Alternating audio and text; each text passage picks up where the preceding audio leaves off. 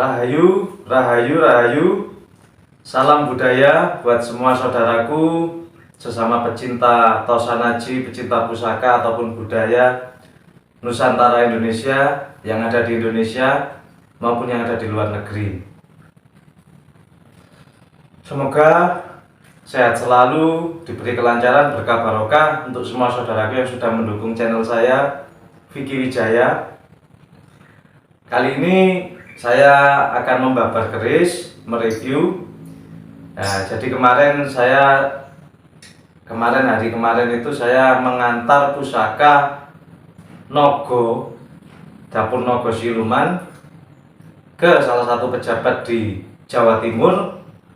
Itu saya bawa dua, yang satu Nogo Siluman Pamor Korowelang, yang satunya Nogo Siluman Mojopahit Pamor Ceprit. Nah, kemarin yang mau beliau mahari adalah Nogo Siluman Pamor Korowelang. Tapi berhubung setelah nyampe di tempat beliau, ternyata beliau lebih sreg, lebih mantap ke Nogo Siluman yang Mojopahit. Jadi beliau ngambil keris yang Nogo Siluman Mojopahit punya saya. Jadi Nogo Pamor Korowelang masih ada di tempat saya, tapi ini sandangannya masih jelek ya saudaraku, belum saya rubah, masih mungkin nanti di kemudian hari akan saya perbaiki. Ini kita update lah rangkanya biar lebih baik, karena dalamnya adalah keris yang bagus. Nah, kemudian kemarin saya dari Surabaya juga mampir ke cafe etnik, ke tempatnya Kurifu. Kebetulan di sana kita sharing-sharing, silaturahmi, ngobrol juga sama ketemu Ustadz Faisal. Nah, kemudian kemarin saya dapat kenang-kenangan, ya ibaratnya saya dikasih sama pejabat itu setelah keris saya dimahari Nogo Siluman Mojopahit yang kemarin saya review di video saya sebelumnya. Itu saya dikasih dua keris.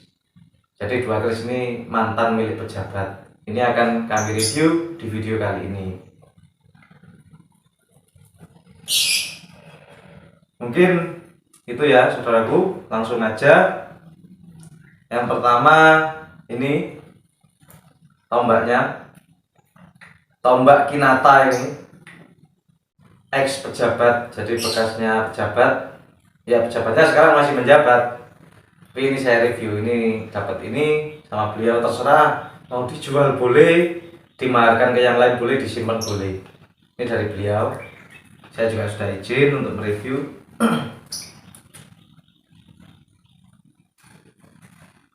Wah, ini tombaknya saudaraku.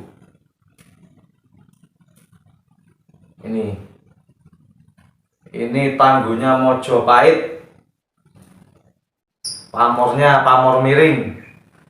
Nanti akan saya perjelas di video kami yang akhir ya saudaraku ya. Ini pamornya di sini. Ini kelihatan pamor Nogo Rangsang.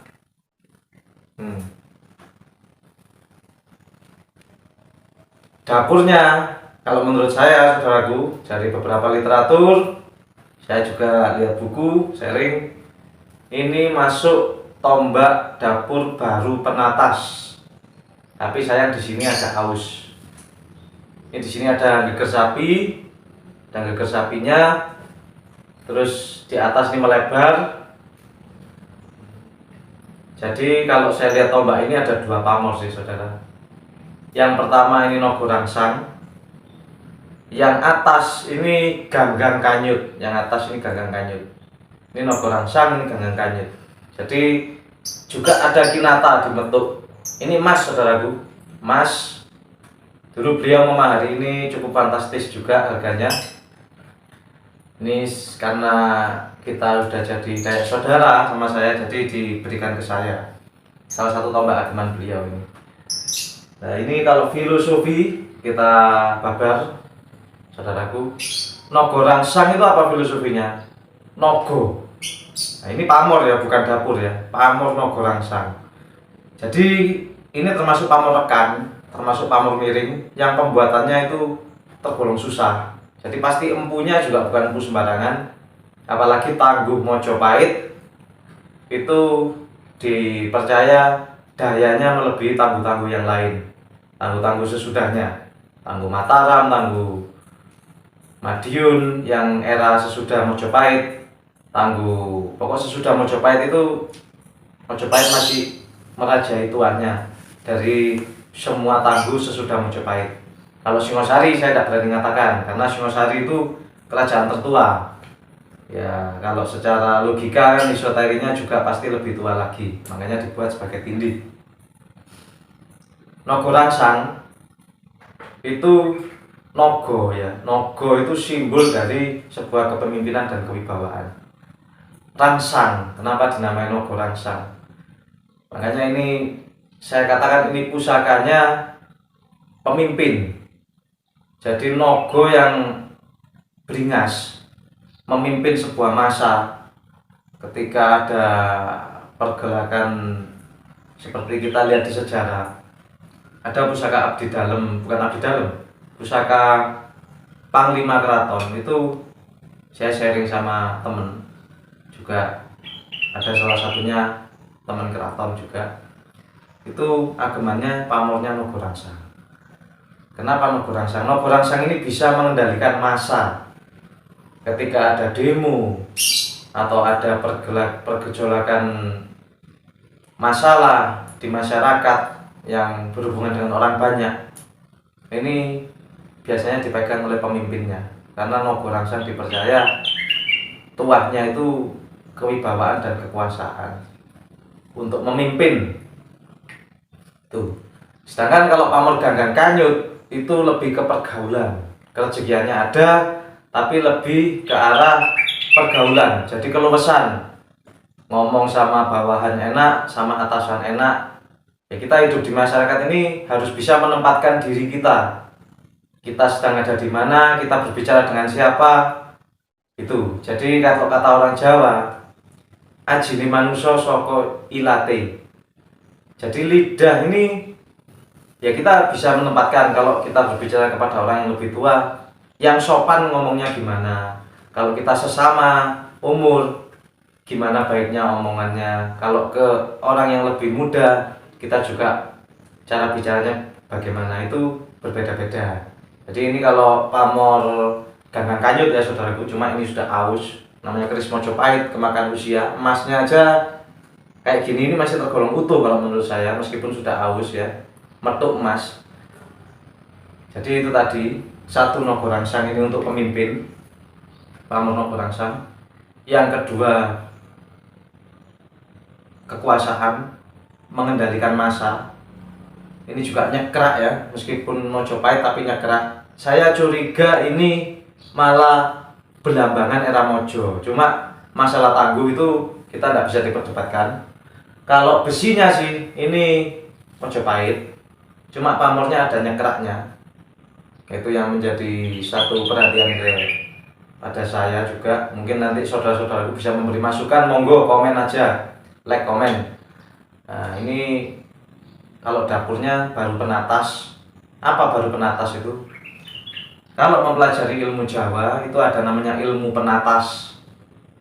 Mungkin saudaraku tahu, kalau saya pernah menjalani juga tapa tirakatnya.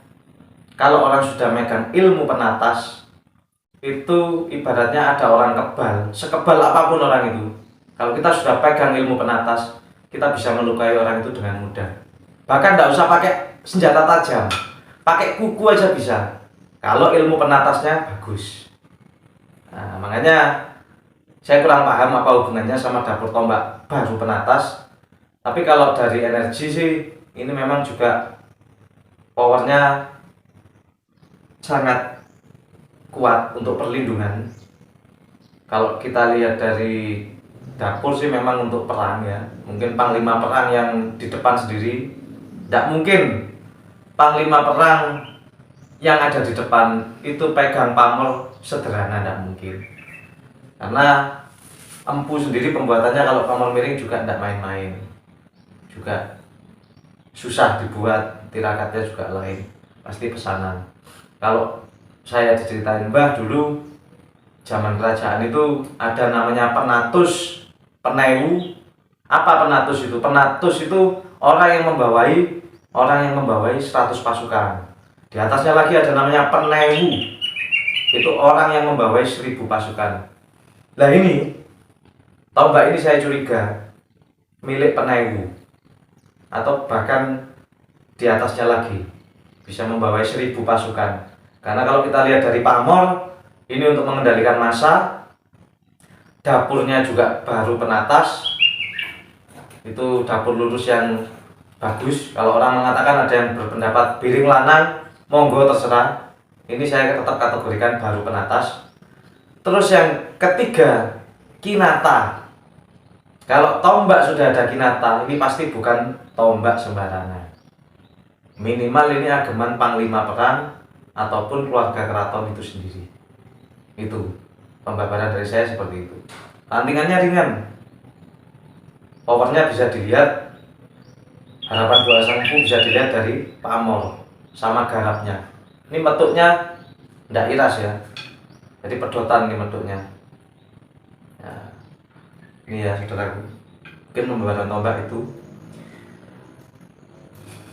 Yang kedua, saya juga diberi pusaka sama bapak pejabat. Jadi saya diberi tombak sama keris ini.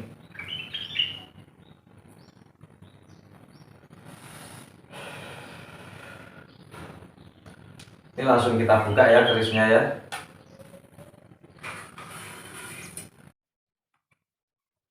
Nah ini saudaraku ya. Jadi ini keris Luk 9, kembang kacangnya bungkem. Luk 9 dapurnya sempono. Ini yang disebut sempono bungkem Luk 9 ya ini. Jadi kembang kacangnya ini saudara, ini bungkem, nutup sampai ke gandik, nutup rapat. Filosofinya apa?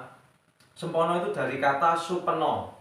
Supeno yang artinya cita-cita atau impian. Jadi impian yang baik.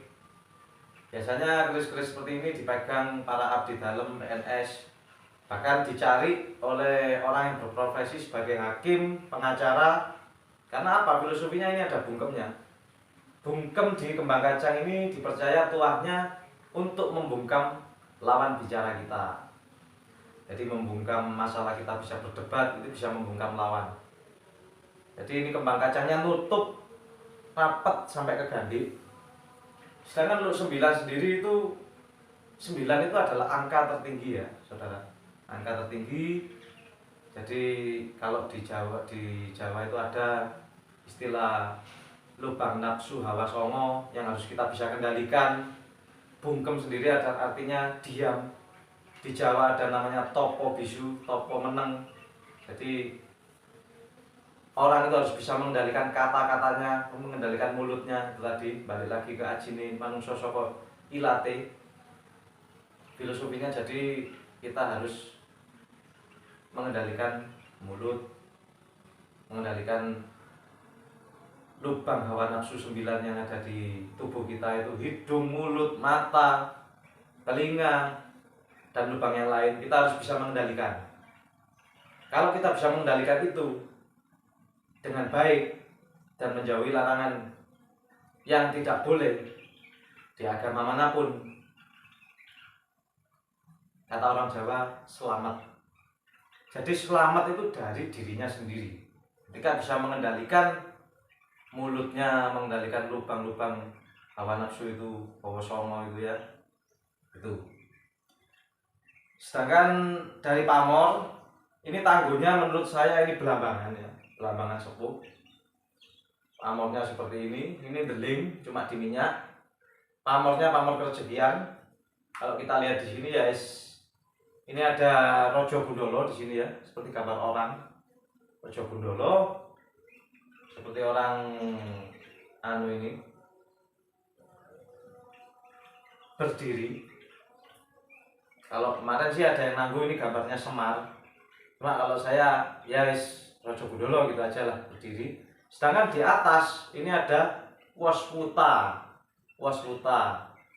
Kalau di sini, nah ini saudara ya, ini Wasputa, tapi ada pinggir ini namanya wengkon, ada wengkonnya. Jadi bisa dikatakan ini pamor wengkon isen. Isennya wasputa. Dari pamor wengkon dulu itu wengkon itu menutup ya. Jadi orang dilindungi. Jadi ada tua perlindungannya, pagar diri, pagar goibnya ada. Kerejekiannya juga ada, ini wasputa. Sedangkan di sini juga ada Rojo Gundolo. Rojo Gundolo ini pamurtiban yang tuanya dipercaya membawa keberuntungan. Lalu 9 dengan ricikan sederhana, lambe gajah 1, kembang kacang bungkem, ada gereneng, masuknya sempono. Lalu 9 sempono bungkem. Jadi filosofinya sempono bungkem ini juga lengkap ya, bisa dikatakan ada kerejekiannya, ada perlindungannya, ada keberuntungannya. Nah, ini salah satu keris juga koleksi dari pejabat di Jawa Timur yang saya babar ya saudaraku ya. Tangguhnya Belambangan, positif Belambangan ini. Kalau Madura beda, tantingannya ini lebih ringan, terus besinya juga lebih halus, pamornya juga lebih berbeda, nyanak-nyanaknya pamornya berbeda. Ini dua-duanya tetap saya akan maharkan. Tidak tahu siapa nanti yang berjodoh dengan pusaka dua ini yang sudah saya babar ya saudaraku. Semoga saudara-saudaraku ada yang berjodoh dengan dua pusaka ini. Pusaka bagus. Nah, kalau berbicara tentang pusaka bagus dan jelek itu sebenarnya nggak ada. Tergantung kita pemaknaan suatu pusaka itu bagaimana, tergantung kita menggunakannya pusaka itu bagaimana saudaraku. Jadi ketika kita bisa menggunakan pusaka itu dengan baik, sesuai harapan doa sang empu, menyelalaskan energi, ya pasti sudah dengan sendirinya berkah itu melimpah di tangan sang pemilik. Berkah itu didapat oleh sang pemilik yang merawat pusakanya dengan baik. Apalagi kita menjaga perilaku kita juga. Jadi pusaka itu suatu penunjang power. Itu adalah sebuah doa dan harapan sang empu yang dimanifestasikan dalam bentuk seni tempa. Juga dilambangkan dari pamor itu sendiri. Pamor pusaka. Nah, terus pusaka ini saudaraku, ini masih ada di tangan saya. Ini, wah, naga ini Luk 5, naga siluman, pamor Korowelang sama Wiji Timun masih ada di tangan saya. Tidak tahu siapa ini nanti yang akan dapat pulung atau berjodoh dengan pusaka ini. Ini pusaka ini masih ada di Lumajang. Monggo buat siapapun yang ingin menanting melihat pusaka ini atau berminat, entah dari pejabat, pengusaha, pusakanya ada di rumah saya. Siapapun monggo pinarak bersilaturahmi. Saya suka silaturahmi sesama pecinta pusaka. Saya terbuka untuk siapapun. Monggo semua saudaraku sedulur.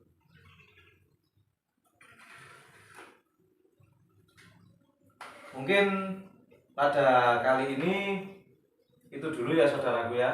Pada kali ini, jadi semoga pembabaran beberapa pusaka hari ini bermanfaat buat saudara-saudaraku yang ada di Indonesia ataupun di luar negeri. Kurang lebihnya saya mohon maaf. Mohon dukung dan ikuti terus channel kami. Semoga channel ini berkembang lebih baik dan lebih bermanfaat buat kaum-kaum muda ataupun bangsa Indonesia sendiri, agar budaya Indonesia Nusantara tetap terjaga. Terima kasih saudaraku yang sudah mengikuti channel saya. Saya mohon pamit. Rahayu, rahayu, rahayu.